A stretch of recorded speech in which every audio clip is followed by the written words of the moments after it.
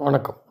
அதிமுக ஒரு பெரிய கட்சியாக இருந்தது. இன்றைக்கி அத இவ்வளோ கீழே தள்ளி விட்டுட்டு, அ கூட்டணிக்காக காத்து கொண்டிருக்கும் பழனிசாமி அதிமுக. விஜய் வருவாருன்னு விஜய் சொல்லிட்டார். அதெல்லாம் கூட்டணி இல்ல. ஏன் விஜய் இப்போ இங்கே போனா சிஎம் ஏத்துண்டா கட்சி முடிஞ்சிடும்.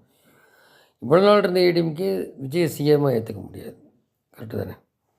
அப்போது எம்ஜிஆர் ஜெயலலிதா இருக்கும்போது அவங்க கூட்டணி கூப்பிடுவாங்களா இருந்த காலம் போய் புதகுழியில் தள்ளுறாரு அதிமுக பழனிசாமி. நம்மளை சொன்ன மாதிரி 10% போதா 12% போதான்னு தெரியும். ஒரு கட்சி அதாவது பாஜக என்ன ஆகும்னா ஒரு இடத்துல 10% போயாச்சுன்னா அடுத்தது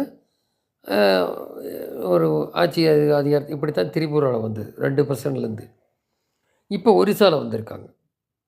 லாங் டேர்மில் அதுதான் பாஜகவுக்கு உள்ளது. இப்போ படு கேவலம் வெக்கப்பட வேண்டியதான் அதிமுக.